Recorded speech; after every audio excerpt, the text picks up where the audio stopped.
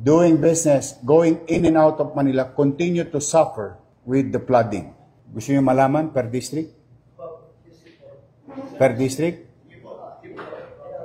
District 1, 3.4 billion. District 2, 2 billion and 59 million. District 3, 4.2 billion. District 4, 1.3 billion.